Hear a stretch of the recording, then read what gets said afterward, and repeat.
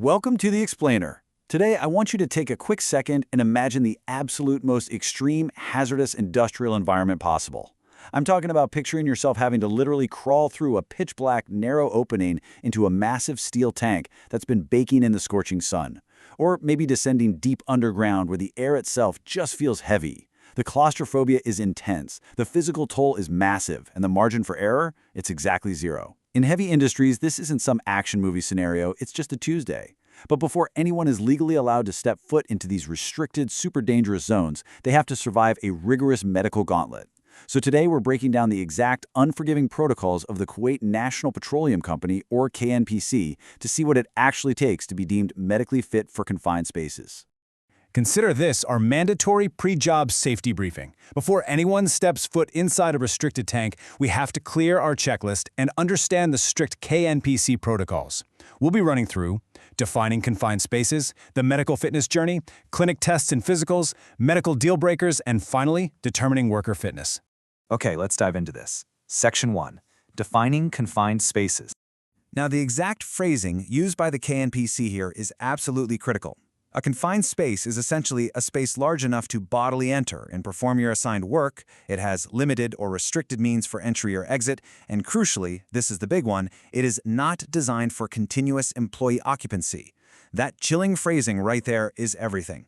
You are entering an environment that is fundamentally hostile to human life. It literally doesn't want you in there, and that really contextualizes exactly why the upcoming medical exams have to be so incredibly unforgiving. To ground these abstract definitions in a visceral reality, let's think about the actual examples outlined in the protocol. We're talking about massive vessels and tanks, inside industrial furnaces, pits, manholes, and sewers. Seriously, I want you to visualize yourself crawling into a dark sewer system or an excavation trench that's deeper than 1.2 meters. Imagine being lowered onto a floating roof tank where the roof is actually dropped more than 3 meters down from the top. These aren't just tight fits, they are literal traps for toxic gases, extreme heat, and physical exhaustion.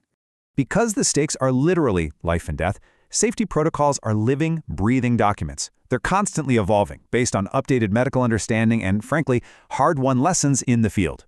The source documentation highlights some recent revisions right out of the gate. For instance, they've streamlined the process by removing the urine test, but on the flip side, they've significantly beefed up the cardiovascular screening. They've introduced a mandatory hemoglobin test, and notably, an ECG is now strictly required for all employees 40 years of age and older. Basically, they're fine-tuning the machine to look for the exact vulnerabilities that a confined space will exploit. Moving right along to Section 2, the medical fitness journey. Now that we know what we're walking into, let's look at the bureaucratic and procedural gauntlet a worker has to run just to get medical clearance. You don't just casually walk into a clinic and say, "Hey, I'm ready to go into the tank." The KNPC uses a really strict RASI chart that's responsible, accountable, consulted, informed to track this whole flow. Step 1 starts with the employee's team leader sending a formal request memo to the medical team leader. Then, the occupational health nurse takes ownership and schedules the appointments. But Step 3 is absolutely critical. The employee's direct supervisor must provide specific details of the tasks the worker will perform using a job needs and exposure checklist. They have to detail if the worker's going to be lifting 5-kilogram increments, stooping, crawling, or working above ground. It requires meticulous coordination before a single physical test is even conducted. And this brilliantly illustrates what we're getting into in Section 3, clinic tests and physicals.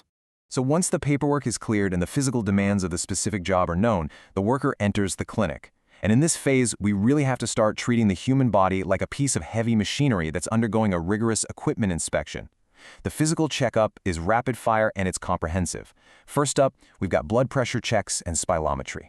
Now, spirometry is a vital pulmonary function test that measures exactly how much air you can inhale and exhale and how quickly you can do it. In an environment with restricted oxygen where you might be wearing a heavy respirator, your cardiorespiratory engine has to be flawless. Because if your blood pressure spikes dangerously or your lungs can't handle the heavy lifting and the extreme heat, you instantly become a hazard to yourself and your rescue team. Continuing this fast-paced montage, the worker then undergoes audiometry and vision evaluations. Now, you might be wondering, why does a standard hearing test matter for going into a tank? Well, industrial confined spaces are incredibly noisy. If you can't hear a subtle evacuation alarm or a frantic radio call over the deafening hum of the machinery, you're in big trouble. Similarly, the vision evaluation isn't just about reading letters on a chart. They specifically test for depth of vision and color vision. Spatial awareness is absolutely crucial for survival when you're navigating pitch-black, highly irregular structures. Which brings us to a much more serious note in Section 4, Medical Deal Breakers. Despite passing the basic physicals, we have to look at Appendix 2 of the protocol. This is the absolute list of unfit conditions, the medical deal breakers.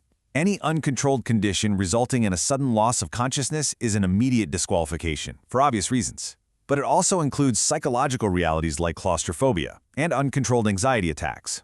I want you to vividly imagine crawling through an air duct or a tank 3 meters underground and suddenly suffering a severe anxiety attack. The physical environment gives you absolutely no escape.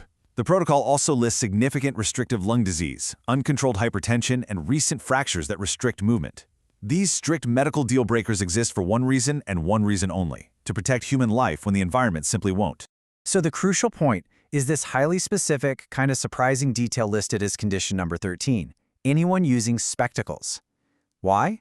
Well, the document states explicitly that present types of face masks don't accommodate spectacles.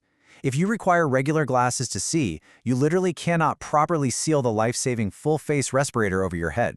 This seemingly tiny logistical issue acts as a sudden, massive roadblock for a lot of highly qualified workers. It's a stark reminder of the practical, unyielding realities of safety equipment.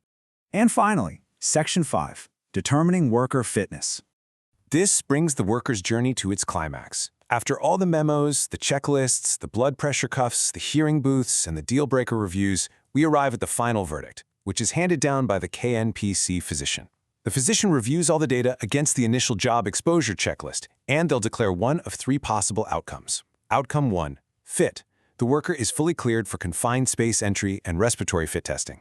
Outcome 2, temporarily not fit. Now this is fascinating, because it means the physician found a medical condition that can actually be treated or controlled. The worker is benched, sure, but they can follow up after they recover. And then there's outcome 3, not fit. But you know what? Even this isn't always permanent. The worker is referred to an occupational health physician for a period ranging from 1 to 6 months. It's really a protective measure, giving the worker mandatory time to recover from a more serious but potentially treatable condition far away from the hazard zone.